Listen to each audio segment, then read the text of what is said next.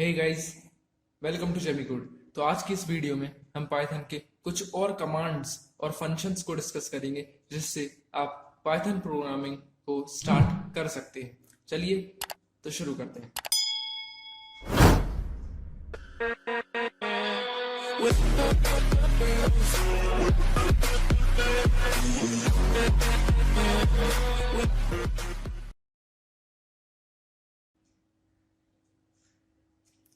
Python programming कैसे करनी है वो बताने से पहले मैं आपको 4 लेटर्स का एक वर्ड बताना चाहूंगा जिससे आप पाइथन प्रोग्रामिंग खुद सीख सकते हैं।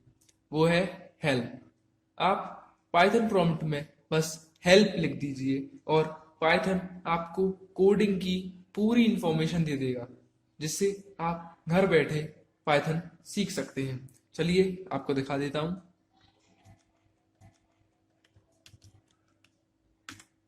ये देखिए, पाइथन हेल्प प्रॉम्प्ट के साथ आ गया है। ये यहाँ पे पाइथन का हेल्प प्रॉम्प्ट है। इसमें आप पाइथन के किसी भी चीज के बारे में जान सकते हैं। आप पाइथन के मॉड्यूल्स के बारे में जान सकते हैं, कीवर्ड्स के बारे में जान सकते हैं, सिंबल्स, टॉपिक्स और भी बहुत सी चीजें इसके बारे में आप जान सकते हैं। चलिए तो हम पाइथन के कीवर्ड्स को देख लेते हैं। उसके लिए आपको प्रॉम्प्ट के आगे कीवर्ड्स लिखना होगा। ये देखिए, पाइथन ने कीवर्ड्स की हेल्प दे दी है। इसमें वो पूरे कीवर्ड्स दे रहा है जो कि पाइथन वर्जन 3.8 में है। अगर आपको किसी कीवर्ड की हेल्प चाहिए हो तो वो भी आप यहाँ पर लिख सकते हैं। वो उसकी पूरी हेल्प दे देगा आपको। जैसे कि हम कंटिन्यू की देख लेते हैं। ये देखिए, उसने कंटिन्यू स्टेटमेंट के बारे में पूरा बता दिया है। ये उसका सिंटेक्स है। ये बता रहा है कि आप उसे कहाँ यूज कर सकते हैं और कैसे यूज कर सकते हैं। अगर आपको हेल्प कमांड से क्विट होना है तो आपको बस क्विट लिखना होगा। ये देखिए, आप हेल्प प्रॉम्प्ट से क्विट होके पाइथन के सिंपल प्रॉम्प्ट पे आ गए हैं। चलिए तो अब हम अपने नेक्स्ट टॉपिक की ओर बढ़ते हैं जो कि है वेरिएबल्स। आप वेरिएबल्स को पिछली वीडियो में पढ़ चुके हैं। चलिए, पाइथन में वेरिएबल्स में आप कोई भी वैल्यू स्टोर कर सकते हैं और उसे आगे चल के कॉल भी कर सकते हैं या उसे प्रिंट भी कर सकते हैं। कुछ एग्जाम्पल से देख लेते हैं कि पाइथन में वेरिएबल्स को कैसे क्रिएट करना है। वेरिएबल क्रिएट करने के लिए आप कोई भी एक वर्ड या लेटर आप उसे यूज कर लीजिए। जैसे कि हम यहाँ पर ए यूज कर रहे हैं। ए ए में हम मान लीजिए इंटीजर वैल्यू स्टोर करते हैं। ए में हमने दिया 5 और फिर प्रेस करें एंटर, तो इससे ए में 5 वैल्यू स्टोर हो गई है। अब अगर आप ए लिखेंगे तो वो 5 प्रिंट करेगा क्योंकि ए में 5 वैल्यू स्टोर है। इसी तरह से आप लिख सकते हैं कि b इक्वल टू 10। ये देखिए, हमने b में वैल्यू 10 स्टोर कर दिए। उसके बाद अगर हम b लिखें तो ये यहाँ 10 दे देगा। अब आप पाइथन में इन वेरिएबल्स से भी मैथमेटिकल ऑपरेशंस परफॉर्म कर सकते हैं। जैसे कि हम लिख सकते हैं कि a प्लस b, ये इसने 15 दे दिया है क्योंकि a की वैल्यू थी 5 और b की वैल्यू थी 10, तो 5 प्लस 10 15 दे दिया है। अब जैसे कि हम a इंटू b करते हैं तो उसने 50 दे दिया है। 5 इंटू 10 50। इसी तरीके से आप वेरिएबल्स का यूज करके उसमें स्ट्रिंग वैल्यू भी स्टोर कर सकते हैं। जैसे कि c इक्वल टू सेमीकोड, हमने c में एक स्ट्रिंग वैल्यू स्टोर कर दी है जो कि है सेमीकोड। अगर हम c को कॉल करेंगे तो उसने सेमीकोड प्रिंट कर दिया है। पिछली वीडियो में आपको बताया गया था कि पाइथन डायनेमिक टाइपिंग को सपोर्ट करता है। डायनेमिक टाइपिंग का मतलब ये है कि वेरिएबल में एक वैल्यू स्टोर करने के बाद आप उसी वेरिएबल में दूसरी वैल्यू स्टोर कर सकते हैं। मैं आपको यहाँ बता देता हूँ। जैसे कि आपने a में 5 वैल्यू स्टोर की थी। अगर अभी आप a को कॉल करेंगे तो वो 5 देगा, लेकिन अब आप a में कुछ और वैल्यू स्टोर करते हैं। जैसे कि हमने a में एक स्ट्रिंग वैल्यू स्टोर कर दी है। अब अगर आप a को कॉल करेंगे तो वो पाइथन देगा क्योंकि अब हमने a में एक स्ट्रिंग वैल्यू स्टोर कर दी है। तो जो पुरानी वैल्यू थी a इक्वल टू 5, वो उसकी जगह पर ओवरराइट हो जाती है, ए पे पाइथन आ जाता है। इसी को हम डायनेमिक टाइपिंग कहते हैं। बाकी लैंग्वेजेस में अगर आप एक ही वेरिएबल में दो वैल्यूज देते हैं तो वहां पर वो एरर देती है, लेकिन पाइथन इतना वर्सेटाइल है कि जहां पर डायनेमिक टाइपिंग के कारण वो इसमें एरर नहीं देता है।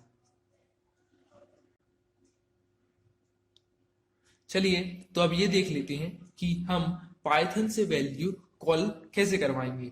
मतलब कि पाइथन खुद आपसे पूछेगा कि आपको क्या वैल्यूज में स्टोर करानी है। जैसे कि वैल्यूज को यूजर से इनपुट कराने के लिए आपको पाइथन के इनबिल्ट फंक्शन इनपुट का यूज करना होगा। जैसे कि आप देख सकते हैं कि हम x इक्वल टू इनपुट, ये इनपुट एक इनबिल्ट फंक्शन है इसलिए वो पर्पल कलर का हो गया है।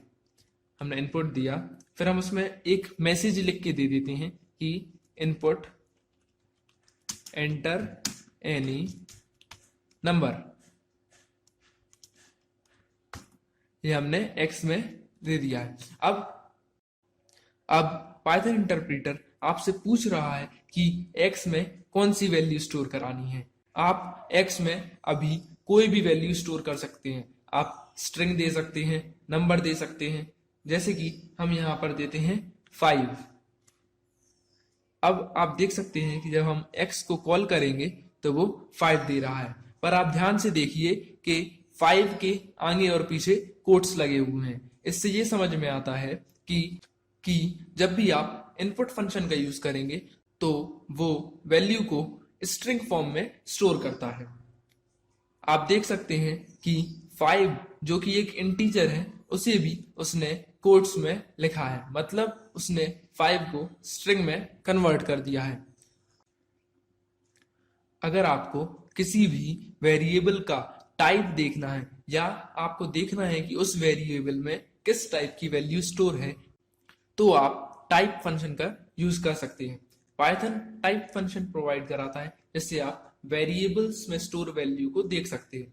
जैसे कि हम देखते हैं टाइप x, आप देख सकते हैं कि पाइथन बता रहा है कि x में स्ट्रिंग वैल्यू स्टोर है।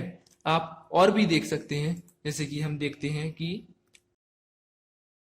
टाइप b,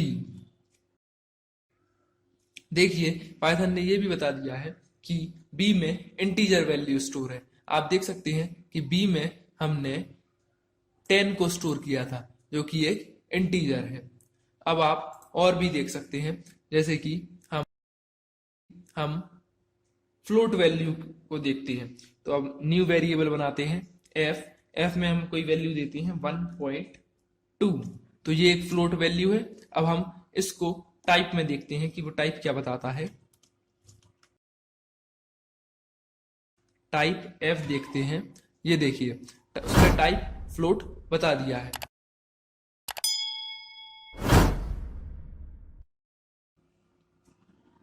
इस टाइप फंक्शन से आप किसी भी वेरिएबल में स्टोर वैल्यू का टाइप देख सकते हैं। तो ये तो हो गई इंटरेक्टिव मोड में आप कैसे पाइथन के शॉर्ट प्रोग्राम्स को लिख सकते हैं। चलिए तो अब देखते हैं कि स्क्रिप्ट मोड में आप पाइथन के प्रोग्राम्स को कैसे लिखेंगे। पाइथन स्क्रिप्ट मोड को ओपन करने के लिए शॉर्टकट की आप Ctrl+N का यूज कर सकते हैं, या फिर आप यहां ऊपर फाइल पे क्लिक करके न्यू फाइल पे क्लिक कर सकते हैं। न्यू फाइल के आगे आप देख सकते हैं कि Ctrl+N वो शॉर्टकट की खुद बता रहा है, जिससे आप न्यू फाइल को ओपन कर सकते हैं। अभी यही न्यू फाइल पर क्लिक करते हैं, ये देखिए उसने पाइथन स्क्रिप्ट मोड ओपन कर दिया है। यहां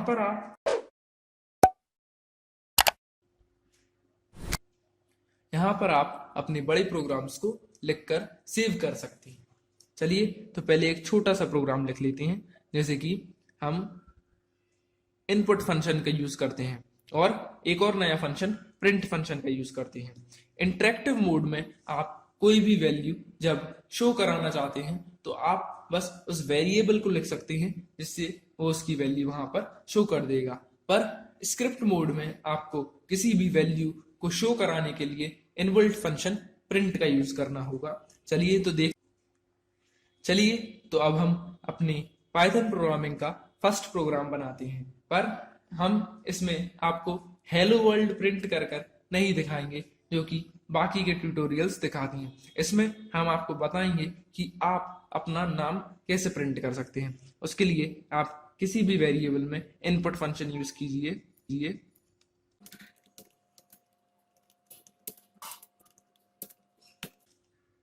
इस इनपुट फंक्शन से आपकी नाम की वैल्यू x में स्टोर हो जाएगी।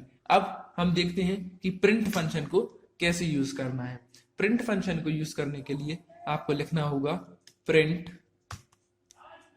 फंक्शन में आप स्टेटमेंट देख सकते हैं कि प्रिंट को लिखना कैसे है। उसके लिए आपको प्रिंट के बाद वैल्यू लिखनी होगी, फिर आप उसमें सेपरेटर्स और एंड का यूज कर सकते हैं।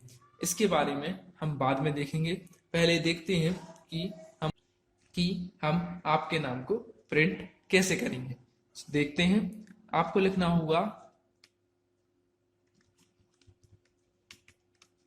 हेलो के बाद आप कॉमा यूज करके x लिख दीजिए। अब प्रिंट फंक्शन पहले हेलो प्रिंट करेगा और उसके बाद x में जो आप वैल्यू देंगे वो प्रिंट कर देगा। चलिए तो अब इसे रन करके देखते हैं।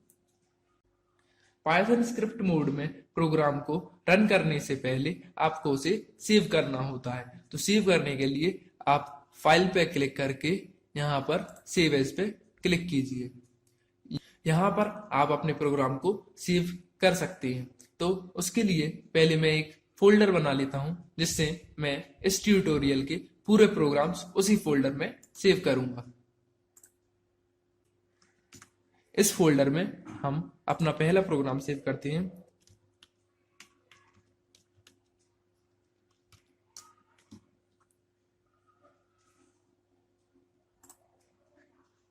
ये देखिए, आपका प्रोग्राम सेव हो चुका है।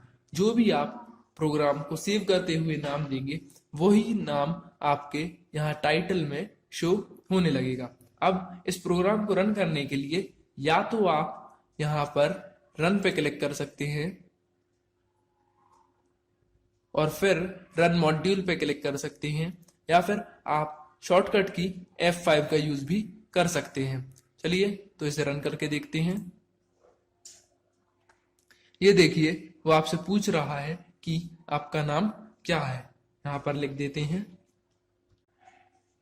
ये देखिए, उसने प्रिंट कर दिया है हेलो शेमी। इसी तरीके से आप भी अपना नाम प्रिंट कर सकते हैं और बाकी के और भी प्रोग्राम्स बना सकते हैं इनपुट और प्रिंट फंक्शन को यूज करके। चलिए तो अब हम अपना नेक्स्ट प्रोग्राम देखते हैं कि उसे कैसे बनाना है। अब जैसे कि हमें नया प्रोग्राम बनाना है तो हम न्यू स्क्रिप्ट मोड को ऑन करते हैं। उसके लिए मैं Ctrl+N शॉर्टकट की का यूज कर रहा हूं। ये देखिए, ये न्यू स्क्रिप्ट मोड ऑन हो गई है। इस प्रोग्राम में हम आपको कैसे एक एडिशन का प्रोग्राम बनाना है वो दिखाते हैं। प्रोग्राम कोड लिखने से पहले मैं आपको कमेंट्स के बारे में बता देता हूं। कमेंट से आप यूजर को बता सकते हैं कि आपने प्रोग्राम किस चीज के लिए बनाया है और उसका क्या मतलब है। जैसे कि आप कमेंट लिखने के लिए हैज कैरेक्टर का यूज कर सकते हैं। कमेंट्स का आपके कोड पर कोई असर नहीं होगा। आप चाहें तो उसे लिख सकते हैं या फिर उसे अवॉइड भी कर सकते हैं। एडिशन के प्रोग्राम के लिए हम दो वैल्यूज को वेरिएबल्स में स्टोर कर लेते हैं। अब आपने पहले देखा था कि हम वेरिएबल्स में वैल्यू इनपुट कराने के लिए इनपुट फंक्शन का यूज कर रहे थे, पर आपने ये भी देखा था कि वैल्यूज अगर आप इनपुट फंक्शन से लेते हैं तो वो स्ट्रिंग में आपको प्रेजेंट करता है। तो इसके लिए अब हम एक नए फंक्शन का यूज करेंगे जो कि है इंट। तो आपको बस इनपुट के आगे इंट लिखना होगा और जिससे वो इनपुट फंक्शन में जो आप लिखेंगे उसे वो स्ट्रिंग से इंट में कन्वर्ट कर देगा। बस आपको यही लिखना होगा इंट के बाद इनपुट, जिससे वो x में इंटीजर वैल्यू को स्टोर करेगा। आपको दोनों पैरेंथेसिस को क्लोज करना होगा।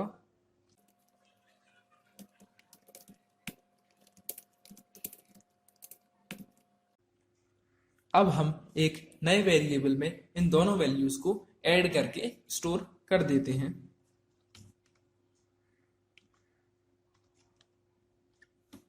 z में x और y का सम स्टोर हो जाएगा। x और y इंटीजर हैं, इसलिए z भी एक इंटीजर होगा। अब हम इस रिजल्ट को प्रिंट कर देते हैं।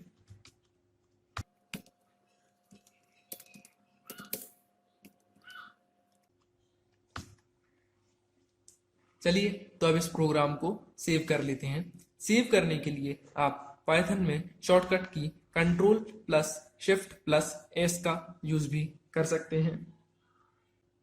ये देखिए, यहां पर आप अपने प्रोग्राम को सेव कर सकते हैं।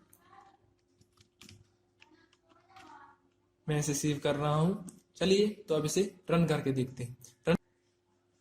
रन करने के लिए मैं F5 की का यूज कर रहा हूं। ये देखिए, पाइथन इंटरप्रेटर आपसे फर्स्ट वैल्यू पूछ रहा है, इसमें डाल देते हैं हम 41। अब सेकंड वैल्यू इसमें आप डाल देते हैं 1/1। ये देखिए, पाइथन इंटरप्रेटर ने आपको इन दोनों वैल्यूज का सम प्रोवाइड करा दिया है, जो कि है 192।